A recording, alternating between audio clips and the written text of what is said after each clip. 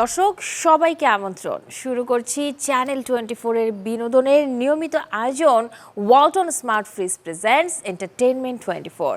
দেশ বিদেশের বিনোদন জগতের নানা খবর নিয়ে হাজির হয়ে গেছি আমি শাহরিন জেবিন।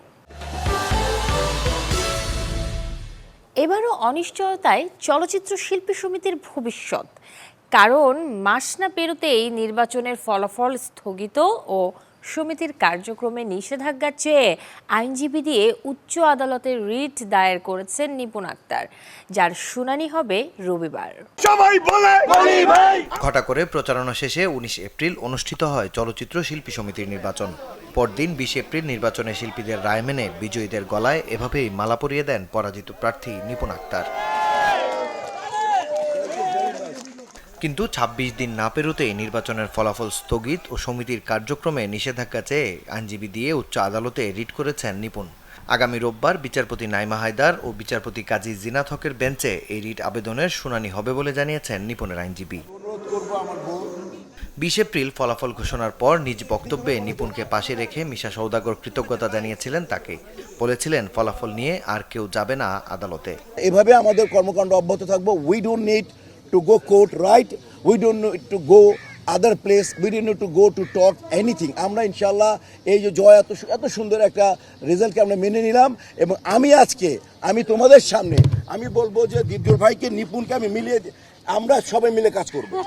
নিপুণের এমন সিদ্ধান্তে শিল্পীদের অসম্মান হয় বা সমিতির অবমাননা হয় এমন কিছু যাতে সামনে না ঘটে, এমনটাই আশা নিপুণের প্যানেল থেকে জয়ী সমিতির কার্যকরী সদস্য সনি রহমানের। আমাদের সকলকে একটি কথাই চিন্তা করতে হবে, আমরা বরাবরই শুনে আসছি যে এটি একটি পরিবার। তো পরিবারের বিশৃঙ্খলা তৈরি করা কখনোই মঙ্গলজনক না। আইনের গতিতে চলবে। কেউ কারোর বিরুদ্ধে অভিযোগ করতেই পারে, সেটি তার একান্তই ব্যক্তিগত ব্যাপার, এবং আইনের প্রতি শ্রদ্ধা রেখে অবশ্যই আমি মনে করি সেটি নিপুণ আক্তার হোক বা আমরা যারা আছি অবশ্যই সেটি আমরা বিবেচনা করব, এবং এটি আইনও সেটা তার গতিতেই চলবে। এদিকে নিপুণের রিটের খবর যখন আলোচনায়, তখন মুঠোফোনে চ্যানেল 24কে ডিপজল বলেন, রিটের কাগজ হাতে না পেয়ে বলবেন না কিছুই, তবে আদালতের সিদ্ধান্তের প্রতি আস্থা রাখতে চান তিনি। কাগজ হাতে পাইলে পাইলেই তারপর বলবো, কাগজ না পায় কেমনে কথা কি রিট করলো না করলো, এখন হাতে কাগজ পাইলে পাই, তারপর দেখা যাবে কি করছে। দেখার কিছু নেই, রিটের কোর্টে যদি হয় কোর্টের বিচার কোর্টে করবো। আমগো যেটা বয়স হয়ে গেছে, ও মাইনে গেছে, এরপর যদি কোনো কিছু হয় কোর্টে যদি অ্যাপ্লিকেশন দেয়, কোর্ট যেটা রায় দেবো ওইটা মাইনে নেবো। এই যখন অবস্থা, তখন অদূর ভবিষ্যতে কি ঘটতে চলেছে শিল্পী সমিতিতে তা জানতে অপেক্ষা করতে হবে উচ্চ আদালতের সিদ্ধান্তের জন্য। মাকসুদুল হক ইমু, চ্যানেল 24, ঢাকা। বিশ্ব চলচ্চিত্রের অন্যতম মর্যাদাকর আসর কান চলচ্চিত্র উৎসব, যার অভিজ্ঞতা নিতে প্রথমবার সেখানে গিয়েছেন বাংলাদেশি অভিনেত্রী ভাবনা। এক্সক্লুসিভ লুকে যেমন কেড়েছেন নজর, তেমনি এই অভিনেত্রী জানিয়েছেন চলচ্চিত্র নিয়ে তার আগামীর ভাবনা। চলছে কান চলচ্চিত্র উৎসবের ৭৭তম আসর। বাংলাদেশের অভিনয় শিল্পীদের মধ্যে আসনা হাবিব ভাবনা গিয়েছেন চলচ্চিত্র জগতের সম্মানজনক এ আসরে, যেখানে তাকে দেখা গেছে নজরকাড়া পোশাক ও চোখ ধাঁধানো অভিনব লুকে। ফুরফুরে মেজাজে থাকা ভাবনা কথা বলেছেন চ্যানেল 24-এর সাথে কান সমুদ্র সৈকত পারে। জানালেন, কান চলচ্চিত্র উৎসবের অভিজ্ঞতা সরাসরি নিতেই সেখানে গিয়েছেন তিনি। Such a big film festival, right?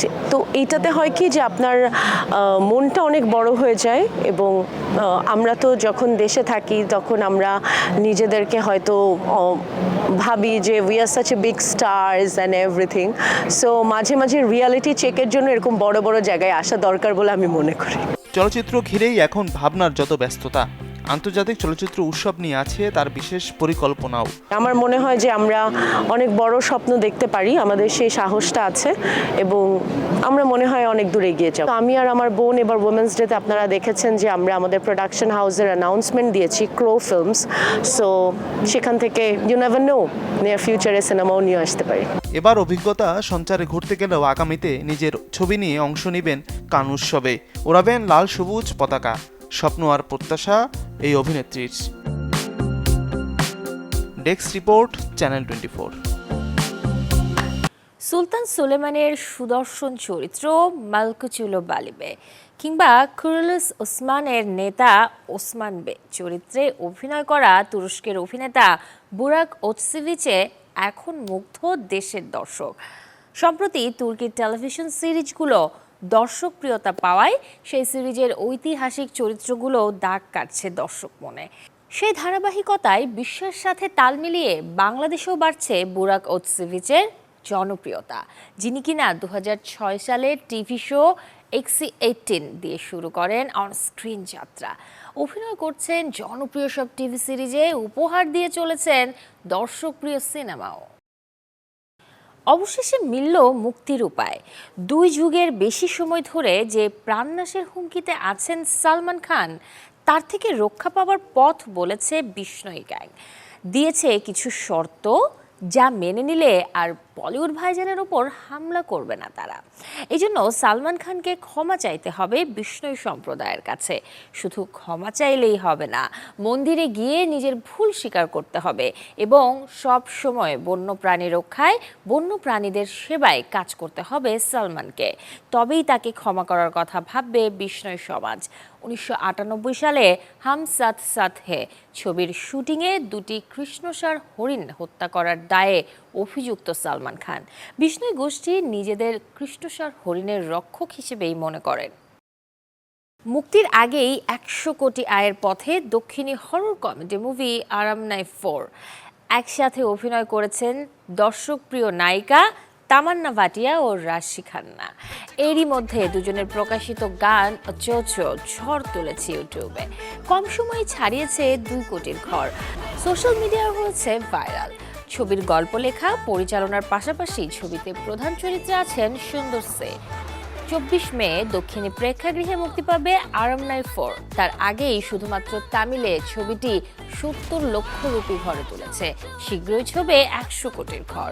সিনেবোদ্ধাদের মতে শুধুমাত্র তামিলে মুক্তি পাওয়া এটিই হতে যাচ্ছে 2024-এর প্রথম হিট সিনেমা। বিশ্বখ্যাত কান চলচ্চিত্র উৎসব মানেই যেন তারকাদের মেলা, আর সেই মেলায় প্রতিবারই যুক্ত হয় বলিউডের প্রভাবশালী সব তারকারা। এবারও ঘটছে না যার ব্যতিক্রম। মঙ্গলবার থেকে জাঁকজমক আয়োজনে শুরু হয়েছে 77তম কান চলচ্চিত্র উৎসব। প্রথমবারের মতো এই উৎসবে ডাক পেয়েছেন কিয়ারা আদভানি। উৎসবে ম্যাগনাম ইন্ডিয়া আইসক্রিম ব্র্যান্ডের হয়ে ব্রাউন কার্পেটে হাঁটবেন সবিতা ধুলিপালা। উৎসবে নিয়মিতদের মধ্যে বরাবরের মতো থাকছেন ঐশ্বরিয়া রায় বচ্চন।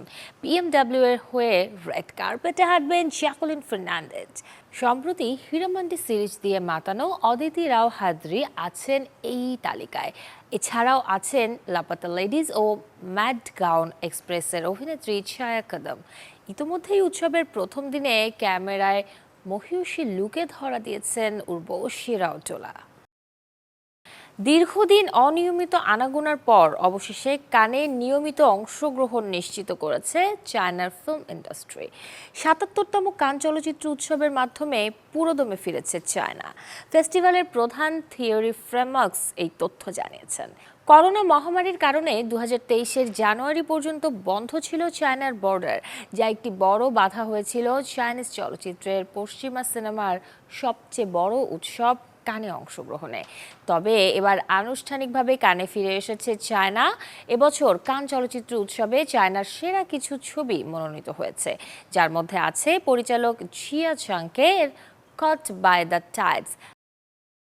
দর্শক, এই ছিল Walton smart fridge presents entertainment 24-এর আজকের আয়োজনে। বিনোদন জগতের সব রকমের আপডেট নিউজ পেতে ভিজিট করুন আমাদের ফেসবুক পেজ এবং ইউটিউব চ্যানেলে। আসছে রবিবার ঠিক একই সময়ে আবারও দেখা হবে। সেই পর্যন্ত সবাই ভালো থাকুন, সুস্থ থাকুন, চ্যানেল 24-এর সাথেই থাকুন।